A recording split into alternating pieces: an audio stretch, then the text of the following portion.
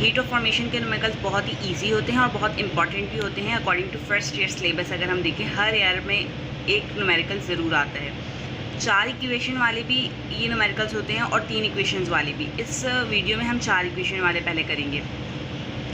आपके पास एक main equation दी जाती है और उसकी हीट ऑफ फॉर्मेशन की वैल्यू जो है वो आपसे पूछी जाती है। उसके साथ अगर 3 इक्वेशन इस तरह से दी गई होंगी तो उन तीनों की हेल्प से आपको ये मेन इक्वेशन जनरेट करनी है।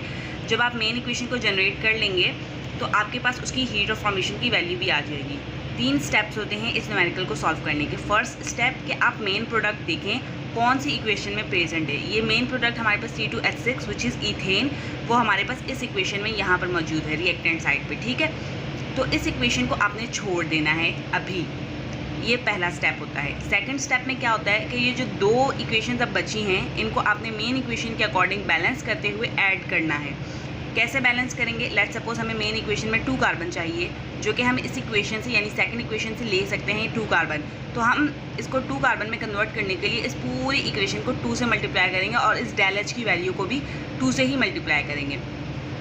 और हमें हाइड्रोजन H2 जो है वो 3 मोल चाहिए, तो हमें इसको 3 में कन्वर्ट करने के लिए इस पूरी इक्वेशन को 3 से मल्टीप्लाई करना पड़ेगा और हम इस वैल्यू को भी 3 से मल्टीप्लाई करेंगे और फिर इन दोनों इक्वेशन को बैलेंस करने के बाद ऐड कर देंगे। अब थर्ड स्टेप में ये होता है कि जो इक्वेशन आप छोड़ चुके होते हैं इनिशियल स्टेज पर, उस इक्वेशन को या तो आपने ऐड करना है या आपने सब्सट्रैक्ट करना है, डिपेंड करता है। अगर ये मेन प्रोडक्ट आपका प्रोडक्ट साइड पर होगा तो आप ऐड करेंगे, और अगर आपका ये मेन प्रोडक्ट रिएक्टेंट साइड पर होगा तो आप इसको सब्सट्रैक्ट करेंगे।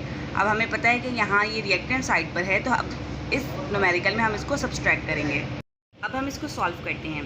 पहला स्टेप ये है कि आपने इसको देख लिया, इस इक्वेशन में प्रेजेंट है, आपने इस इक्वेशन को छोड़ देना है। सेकंड स्टेप आपके पास इन दोनों इक्वेशंस को बैलेंस करना था, तो आप एक लाइन लिखेंगे कि मल्टीप्लाई इक्वेशन, देखिए हमने इक्वेशन 2 लिखा हुआ है ना, तो multiply equation 2/2 and multiply equation 3/3 and then add both equations.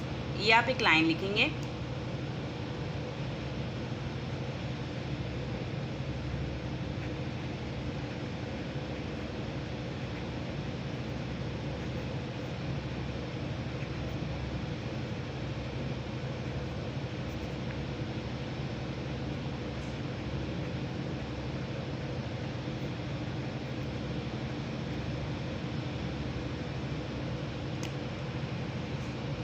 अब हम इसको मल्टीप्लाई कर देते हैं। जब हम इस पूरी वैल्यू को इस पूरी इक्वेशन को जब हमने 2 से मल्टीप्लाई किया तो ये हमारे पास बन गया 2 carbon, 2 oxygen, 2 carbon dioxide and del H की वैल्यू को भी जब हमने 2 से मल्टीप्लाई किया, 394 को 2 से मल्टीप्लाई करने पर -788 किलो जूल पर मोल।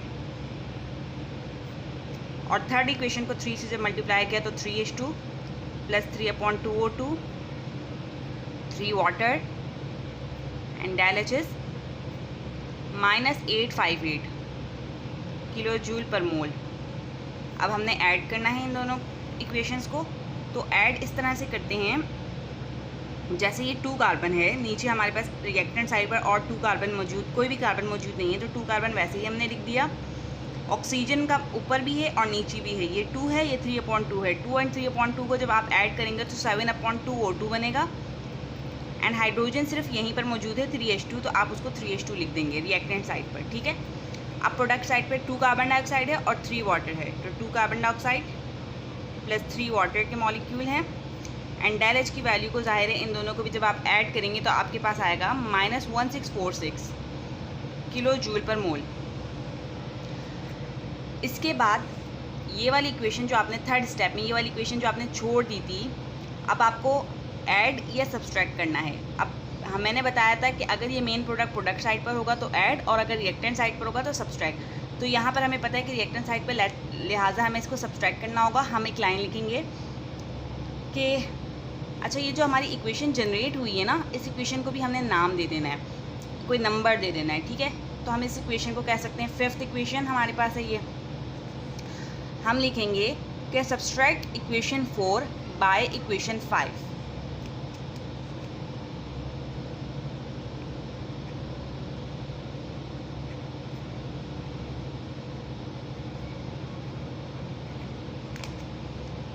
ये हमारे पास इक्वेशन 5 जो है हम उसको ऊपर रखेंगे 2 carbon plus 7/2 O2 plus 3H2, 2 carbon dioxide plus 3 water and del H is -1646 kilo joule per mole. ये जो फोर्थ इक्वेशन है हम इसके नीचे रखेंगे and that will be C2H6 plus 7/2 O2, 2 carbon dioxide plus 3 water and del H is -1560 kilo joule per mole. ठीक है, अब हम सब्सट्रैक्ट जब करते हैं तो नीचे वाली इक्वेशन के साइन को चेंज कर देते हैं, प्लस माइनस में कन्वर्ट हो जाएगा, यहाँ पर भी माइनस प्लस में कन्वर्ट हो जाएगा। ठीक है, साइंस को चेंज कर दिया जाता है और फिर सब्सट्रैक्ट किया जाता है। देखें 2 कार्बन है यहाँ मजीद, और कहीं पर भी 2 कार्बन प्रेजेंट नहीं है तो हम 2 कार्बन वैसे ही रखेंगे। 7/2 O2 है, 7/2 O2 है, ये प्लस है ये माइनस है तो ये कट जाएगा। ये 3H2 है, ऐसे ही रहा। अब ये C2H6 जो है वो नेगेटिव में है। ठीक है, हमें पता है कि किसी भी केमिकल इक्वेशन में कभी भी कोई वैल्यू जो है नेगेटिव साइन के साथ प्रेजेंट नहीं होती है, तो इसको पॉजिटिव में कन्वर्ट करने के लिए इस C2H6 को हम प्रोडक्ट साइड पर लिख देंगे ताकि ये पॉजिटिव हो जाए। तो C2H6 को हमने प्रोडक्ट साइड पर लिख दिया।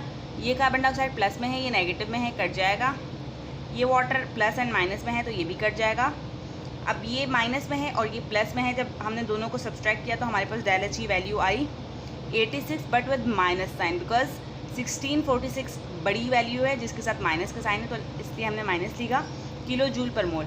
अब हम देखेंगे कि हमारी देखो मेन इक्वेशन जनरेट हो गई। Main equation was 2 carbon 3H2, 2 carbon 3H2। Product side पे हमारे पास इथेन था, ये रहा प्रोडक्ट साइड पे हमारे पास इथेन, और डेल H की वैल्यू पूछी गई थी तो डेल H की वैल्यू ये आ गई हमारे पास। ये हमारे पास बेसिकली मेन आंसर है। अगर आपके पास main equation exactly same generate ना हो, सेम बैलेंस फॉर्म में जनरेट ना हो, तो आपकी डेल H की वैल्यू गलत होगी। आपको मेन इक्वेशन एग्जैक्टली सेम बिल्कुल क्वेश्चन की तरह ही जनरेट करनी है, तो उसके बाद आपकी डेल H की वैल्यू सही होगी। हीट ऑफ फॉर्मेशन के न्यूमेरिकल्स की प्रैक्टिस के लिए मैंने कुछ क्वेश्चंस को कलेक्ट किया है जो कि कराची बोर्ड पाकिस्तान के फर्स्ट ईयर एग्जाम्स में आ चुके हैं। साथ में मैंने एयर भी मेंशन कर दिया है कि कौन से एयर में कौन सा क्वेश्चन आया है। तो मैं आपकी प्रैक्टिस के लिए कुछ क्वेश्चंस आपको दे रही हूँ, आप इसकी प्रैक्टिस करें और फिर इसका जो भी आपका हीट ऑफ फॉर्मेशन की वैल्यू आंसर जो भी आपके पास आएगा, आप कमेंट बॉक्स में उसको मेंशन कर सकते हैं कि इसका ये आंसर आया। ठीक है, अब मैं इस तरह से पकड़ रही हूँ, आप स्क्रीनशॉट ले सकते हैं। ये 2017 एंड 16 का है, 2015 एंड 14, और ये 2013, 10 और 9 में 3 क्वेश्चन आए थे, तो ये तीनों भी।